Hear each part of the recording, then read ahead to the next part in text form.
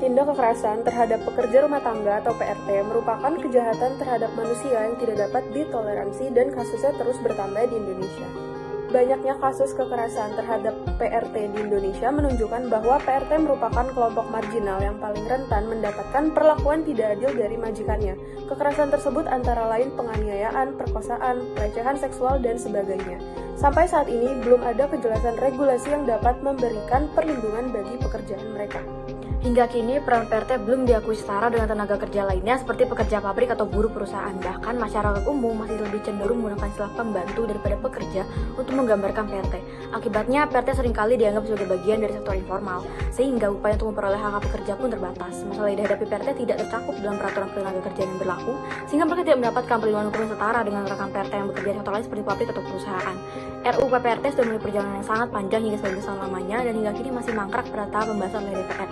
Di dalamnya, poin utama yang diatur guna memberikan kepastian hukum bagi PRT diantaranya adalah pengakuan PRT sebagai tenaga kerja, ada perlindungan keseimbangan hubungan antara pemberi kerja dan PRT, pengaturan kategori, lingkup kerja, dan syarat serta kondisi kerja, penjabaran hak dan kewajiban serta sanksi terhadap PRT yang memberi kerja, hak dan kewajiban pelatihan bagi PRT, penghapusan PRT anak-anak, penyelesaian konflik antara PRT dengan pemberi kerja seperti melalui musyawarah dan mediasi, pemberian hak PRT untuk bergabung dalam serikat pekerja, dan mengatur regulasi penyedia jasa penyalur PRT. Berdasarkan survei oleh Jaringan Advokasi Nasional Kerja Rumah Tangga atau JALA PRT pada tahun 2017 hingga 2022, terdapat 2.637 kekerasan terhadap PRT dalam bentuk kekerasan fisik, psikis, seksual, dan ekonomi.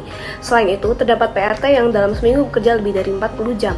Bahkan, dalam seminggu, sejumlah 63% PRT bekerja tanpa libur sama sekali. Kasus yang pertama, PRT di Pondok Kelapa, Jakarta Timur mengalami penyiksaan fisik dan psikis, yakni dipukul, disiram dengan air cabai, kekerasan verbal dalam bentuk ancaman. Bahkan selama 6 bulan bekerja, ia hanya menerima gaji sebesar 2,7 juta.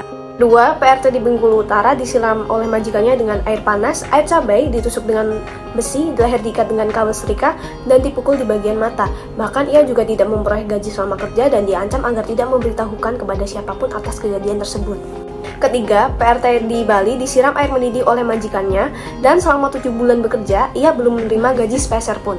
Keempat, penyiksaan majikan terhadap PRT di sebuah apartemen di daerah Simpruk, Jakarta Selatan dengan cara disiram air panas, disundut puntung rokok, ditendang, dipukul beramai-ramai, dirantai, dikurung di kandang anjing.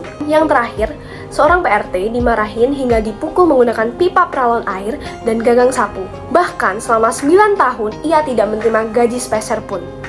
Lalu alternatif yang diusulkan sebagai rekomendasi kebijakan tersebut diantaranya meliputi yang pertama pengaturan yang komprehensif, yaitu seperti RUU PPRT yang harus mencakup berbagai aspek yang relevan.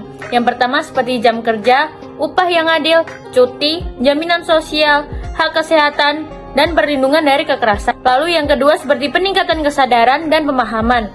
Penting untuk melakukan kampanye yang efektif untuk meningkatkan kesadaran dan pemahaman tentang hak-hak pekerja rumah tangga di kalangan masyarakat. Dan yang ketiga yaitu seperti penegakan hukum yang relatif, seperti pembentukan badan atau lembaga yang bertanggung jawab secara khusus untuk memantau dan menangani pelanggaran hak pekerja rumah tangga. Dan yang keempat yaitu kolaborasi dengan sektor swasta dan organisasi masyarakat sipil. Seperti pemerintah dapat bekerja sama dengan sektor swasta dan organisasi masyarakat sipil untuk meningkatkan perlindungan dan kesejahteraan, evaluasi dan penyempurnaan. Evaluasi ini penting untuk dilakukan secara berkala karena pemantauan terhadap implementasinya. Jika ditemukan sebuah kekurangan atau tantangan dalam perlindungan, hukum bagi pekerja rumah tangga perlu dilakukan penyempurnaan dan perubahan kebijakan yang relevan.